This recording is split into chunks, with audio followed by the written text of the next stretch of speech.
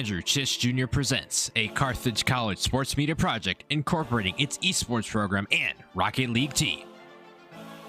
Welcome to the Carthage Esports Rocket and Roll Birds podcast.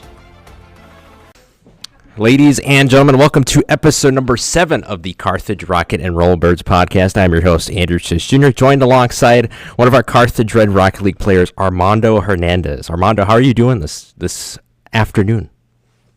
I'm doing good. A little tired from the classes, but we're good. Yeah, same here. I've been trying to get this interview done for a little bit, so we'll just dive right on in. So first, could you briefly introduce yourself to the audience? As you mentioned, my name is Armando. I'm majoring in marketing. I'm a freshman starting this year. Hometown, Waukegan, Illinois. Nice. Okay, so for question 1 of the interview, how did you get involved with esports?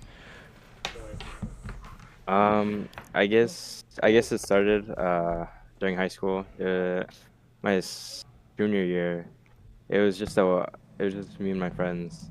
We just want to play Rocket League, and we didn't have an esports program, so we kind of just started it, I guess. It was on Play Versus, that platform. Oh, that's cool. And we just started from there. Yeah, that's I did. Sorry. Right. Yeah, that's interesting because I don't remember Waukegan having an esports program. So yeah, that's cool that you guys got the whole Play Versus thing. I never got to do that personally, but I was with the Wisconsin High School Esports Association. I'm sure you've heard that before. Mm-hmm. I was their lead broadcaster for a little while, and then Carthage, came knocking. They're like, "Hey, we're looking for a shoutcaster, and you got the talents for it, and that's why I'm here." Opportunity. Yeah, for sure. And I get to, commentate games for players like you guys. So, I mean, that's awesome. Can't believe it's amazing, yeah. Okay, so we'll go on to the next question. So what video games have you played both competitively and casually? The list really isn't that big. Obviously, Rocket League competitively. I play in my free time sometimes. We also did that Valorant club. Yeah, I heard about that. Yeah, us Rocket League guys. Yep. That was really fun. Just to try a different game if you get away from Rocket League. Yeah, for sure. Because sometimes grinding Rocket League. Longer. Yeah, sometimes grinding Rocket League can kind of just be like it gets boring after a while. Sometimes you're kind of like burnt out. You want to go to something else. But yeah, that Valorant club thing was pretty cool. I know TJ wanted to get that organized, and we're like, hey, you know what? We're just a bunch of Rocket League guys. We want to go play Valorant, and you guys almost won the championship. So. Yeah, I think that's awesome. Yeah, you guys were what, like Division 9, right? Yeah, literally the lowest possible division. Yeah, because I was like, but yeah, that's cool. And then I think, just one more game casually is the Spider-Man games. The ones on PS5, they put them on Steam or on PC. So yeah, playing the first one. Yeah, I got like halfway through the first one. Yeah, it's awesome. Those games are so fun.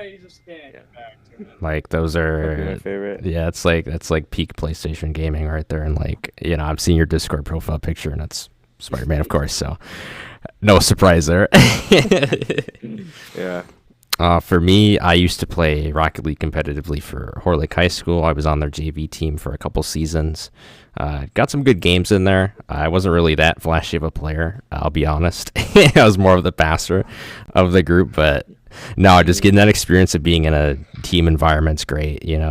Whether you're a high school student or you're a college student, it's always great to have that collaboration with your teammates and like be in a real world setting with like a team atmosphere. Like, I know we're not like sports where we're like, oh, we're going out on the field and we're doing something. We're more centralized like in an arena, but in a sense it's the same feeling, and I'm sure you can agree with that. No, yeah. Just any experience is good experience, really. Yeah, for sure. Yeah, for casual games, I mean, Mario Kart's number 1. It'll always be number 1. I don't think anything will top it. Rocket League is a casual game as well. Anything Nintendo related to, like, I enjoy. So Nintendo games are great. I haven't played some in a while, but I love when I did play them. Yeah, they're always awesome. They're a good thing to go back to every once in a while. Yeah, Okay. they're really like reminiscent of my childhood for me Yeah. personally. Yeah, man. Like I picked up Mario Kart Wii when I was like 5 or 6 and never looked back. I mean, I play with my family almost every night, so there's that. That's great. Okay, so next question. How do you foster collaboration with teammates during the off season and season practices? Um, I think off season. Since I'm a freshman, we really only had this one break, this winter break. Mm-hmm. We spent a bit of time like during, I guess it was called like boot camp. We just hung out, played some basketball. Really just doing anything that's not the game or game Right. related. Yep. I think that builds a lot of chemistry and literally just talking about ourselves or getting personal. Yeah, for sure. Like doing Um, activities like basketball. I know sometimes in the summer they like to do volleyball and stuff like that. So it's awesome that you guys have that capability of doing it, like going outside of the arena and actually like doing stuff on campus with each other. Because, like you said, it builds a bond with everybody, and you feel more comfortable with everybody instead of just like being in this one stationary space. So yeah, definitely try getting out of the arena when I can. yeah, for sure. Yeah, because like I said before, with Um, the whole burnout thing, like that happens. Like even though I don't play video games competitively anymore, like I still get burnt out from some games. So, yeah. and we'll go on Um, to. Oh, okay. We'll go on to the next you're good. question. You're good. Okay, what is your routine before a big match? Now this can be like as big as like what we saw against Houston a couple weeks ago for the losers bracket first round, or it can be something as like the start of the season. Like, what is your routine for a game? For me, I think it really just depends on like what match I'm playing or like the magnitude of it. For a lot of the NECC ones, probably the most important ones. Just get in there a little early, an hour or two before. Hmm. Maybe on campus the whole time, so just setting up, warming up on my PC, and then I always like my Alani new energy drinks. Um, they give me that extra push, especially when we have like double headers or Oh, triple for headers. sure, yeah. With all the other leagues. Um, and then also some stretches because we're usually in the chairs for just so long that I need a little stretch. Yeah, I'm too that's old for this smart. already. Yeah, right. Yeah, that's smart for sure. You listen to any But music beforehand? oh, um, so sometimes I do. Sometimes I do. Okay. Um, yeah, not all the time. Yeah. Yeah, because I know Vale's not a big music guy, so I was like, I was curious. I was curious to see. Yeah, I was watching his interview. I'm like, really? Music? That's kind of crazy. Right, yeah, I'm a guy that usually listens to music, but not all the time. It just depends on the situation. For sure. Yeah. Okay, so next question: how does Carthage Esports relate and differ to what you guys did at your high school at Waukegan, Illinois, with the play versus thing? How does it relate to the Carthage Esports program as a whole? Man, it is just so. My high school, we literally just played from home because we didn't have an arena or anything.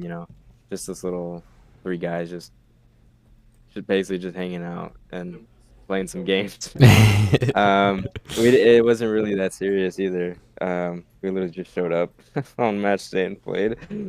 Um, Yeah, and yeah, then that's pretty right, much it. and then Yeah, here at Carthage, it's like it's way more structured, as what it sounds like. Like we have the arena, we have yeah, scheduled practices, we have the boot camps for the players, we have designated times for matches and stuff like that. You got to be in the arena with your team. You get to be in that atmosphere too, which is huge for players like you guys, just to foster that collaboration even more. yeah. It's just so much more like official, I guess. It makes me feel like it's more like a real sport, Yeah, if you want to put it that way, because there's just so much to do. right, for sure. And, you know, the arena we have is amazing. We have all kinds of lounge furniture. We've got, you know, the TVs to watch the games. We have enough PCs that are high powered, and we got the fastest Wi-Fi on campus. That is a flex, by the way. For anybody that chooses to watch this, that is a flex. I love the Wi-Fi here. Yeah. I can't lie. It's pretty fast. Pretty It's fast. a lot better than home. Yeah, for sure. Okay, so next question. What is your favorite memory so far of your esports career now? I know you're a freshman and you haven't gotten a whole lot yet, but so far, what is your favorite memory? I'm curious to hear this one. Ooh. Okay, it's definitely got to be one of the lands. I think this most recent one. What's the name of it? I think it was Midwest Battlegrounds. I'm pretty sure. Yeah, it's called Midwest Battlegrounds. Yep. Okay. And it was just this giant convention center, and there was just so many PCs.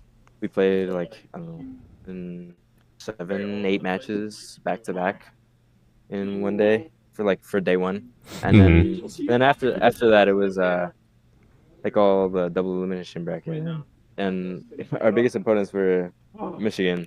Yeah. Michigan State. Yeah. But I think my favorite moment was definitely beating Lawrence Tech. They were a little chirpy, a little angry afterwards. Oh It man. was pretty fun. But yeah, the venue was great too. The hotel, the view, it was amazing. And then it was literally just me, Vale, Pixler, and our sub Tanner. It was great.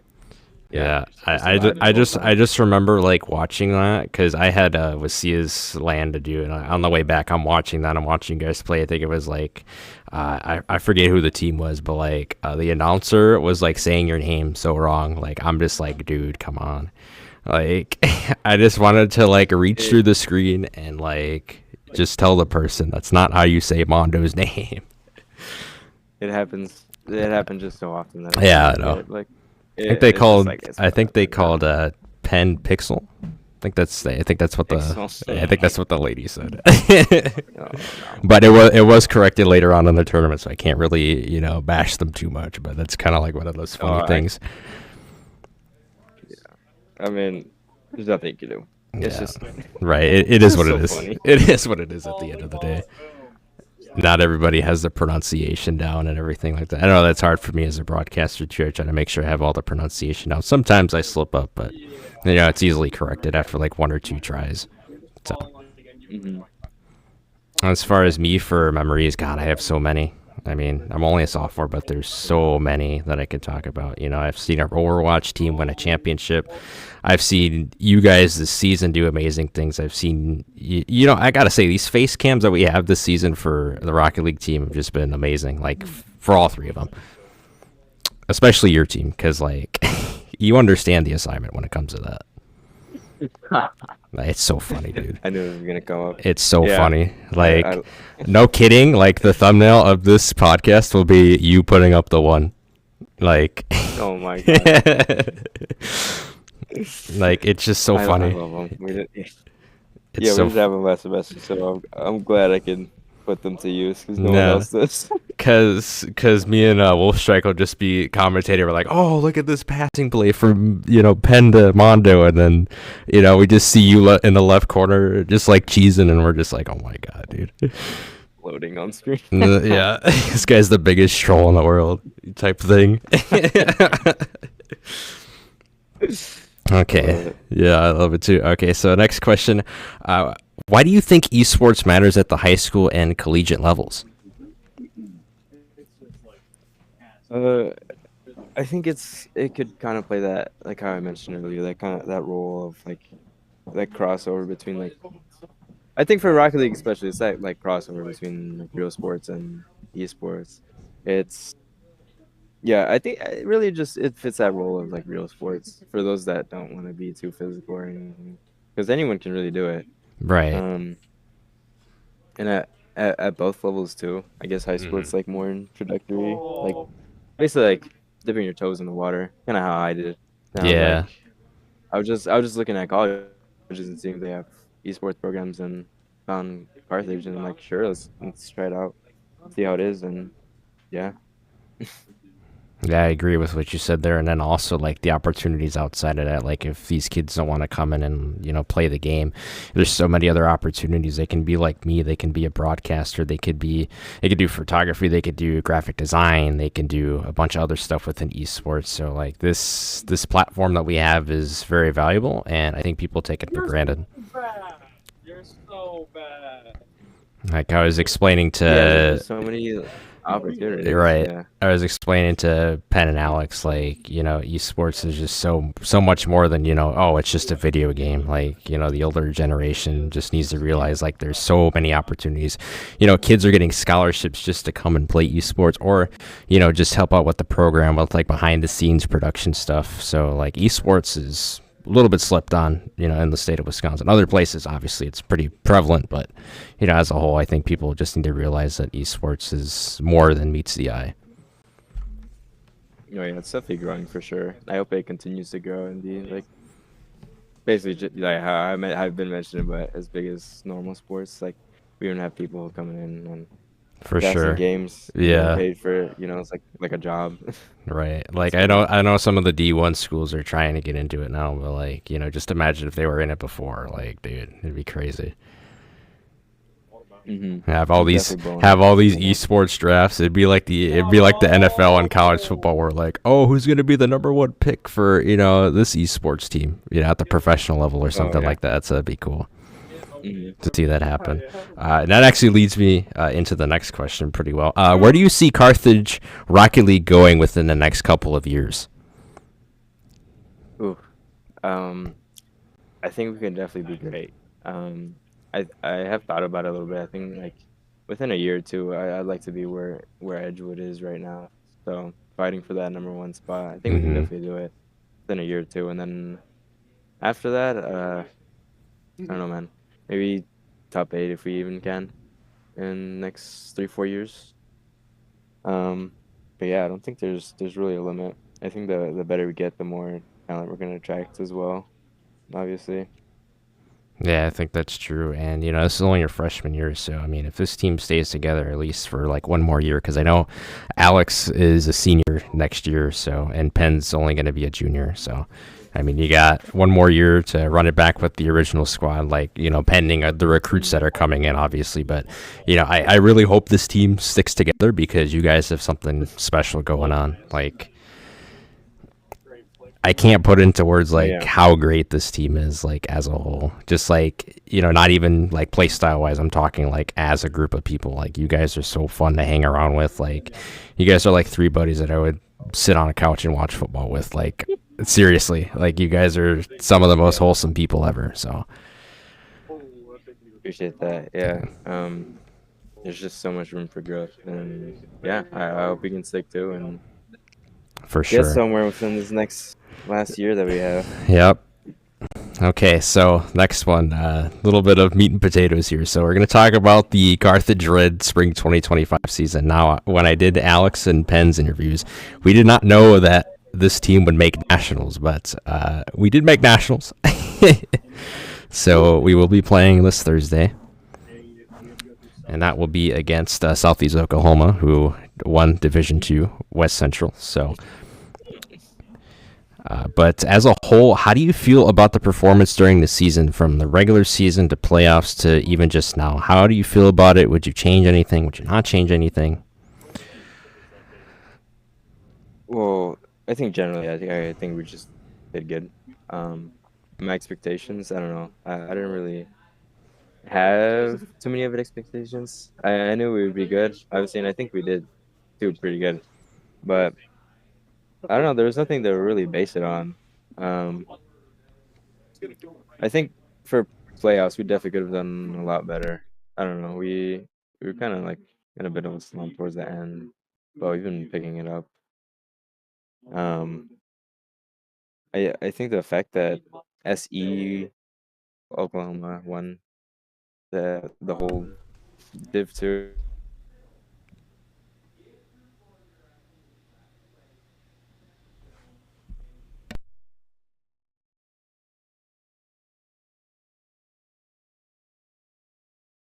Um, yeah, it's just a motivator. I really think we can take them.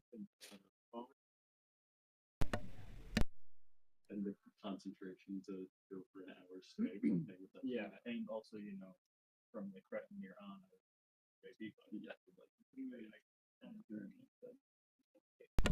Okay, sorry about that. Discord kind of took a crap on me for a second.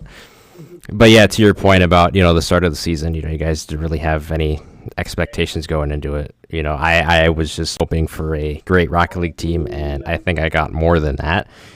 I mean, I have some of the stats here in my notebook as I'm talking about this, and you finished with 36 goals as of right now, like before nationals. That's amazing. It's the most on the team. Second most, I should say, to Vale, who has 44. But yeah, right. And in that the Mount Union series in particular, you had like 9 goals. Like I was watching that back, and you really shined in that one. And you've come up in big spots all the time throughout the season. With certain passing plays where Alex and Penn are trying to get it towards the other team's net. They can't get it to fall, but then you're just a saving grace that comes in that third man spot and puts the ball in the net where it needs to go. So like when your number is called on, you're there. Definitely on that cleanup crew. And the facilitator, Alex, just pounds in that. Yeah, for sure. A silver play for him. Yeah, and then Depends just the one that goes crazy, just demoing everybody. He's got 93 demos on the season, so I mean, like that's insane. Yeah, I wonder what the over/under is going to be for 100 demos hit on Thursday. I don't know what it's going to be. Might have to make up a fake line or something, but I think he'll hit it for sure. Like, especially going against a physical team like Southeastern Oklahoma, like you're going to need to bring some physicality with you. You guys played them in week 4. It was a 7-game series. You guys took them all 7 games, and I can't say that neither team really made too many crucial mistakes. I think it was more so of just like these little mini things that added up to Southeastern Oklahoma winning. So I think you guys can take them on Thursday. I'm super excited for that series. Yeah, we just gotta be prepared for anything. Gotta watch some replays of what we can improve on as well. Yep. And then you mentioned, like, in our post game in week 1 against Davenport White, you credited your team's strong mental and the fact that nobody can get in your heads besides us, which is something to really live by as a team. And I'm glad you guys are still exercising that as we get towards nationals. Can't do anything. The perfect kickoff game. Yeah. I think there has been a lot of moments recently, like in a little slump where we've been kind of slipping up a little bit or getting in our own heads. But yeah, we're cleaning it up. We just played RLCS. That helped us out a little bit, seeing what we need to improve on. That's cool. Okay, so to wrap this interview up, I have a fun question. Would you rather own a horse that's the size of a mouse or a mouse that's the size of a horse? Okay, so definitely will be taking the horse the size of a mouse. That's we don't mess with rats around here. Yeah, same here. Yeah, I'm definitely gonna take the horse that's the size of the mouse. Yeah. Imagine putting that little tiny horse in a little cage. All right. Have it run around in a wheel. That'd be pretty funny. That would be pretty funny. That is a good point. Yeah, I don't know who would pick the mouse that's the size of a horse. Like, unless if you're like insane, like then whatever floats your boat. But like me personally, I'm not. I can't handle that. Something we don't. But. All right. Exactly. Right. But yeah, Mondo, thank you for your time for the interview. I greatly appreciate it. Yeah, thank you for the interview. First of all, I appreciate myself. Yes, sir. Yeah, been great. Yep, and then the last episode of this podcast will be the whole season recap, and it's got to be delayed a little bit since we got nationals now. So I'm glad I didn't, get too deep into that and just have to add on later on. But it'll work itself out. Yeah. Glad it's not ending early. Right. Yeah, we want more Rocket League always. All right, man. Thank you again for your time. And best of luck this Thursday against Southeastern Oklahoma. Appreciate it.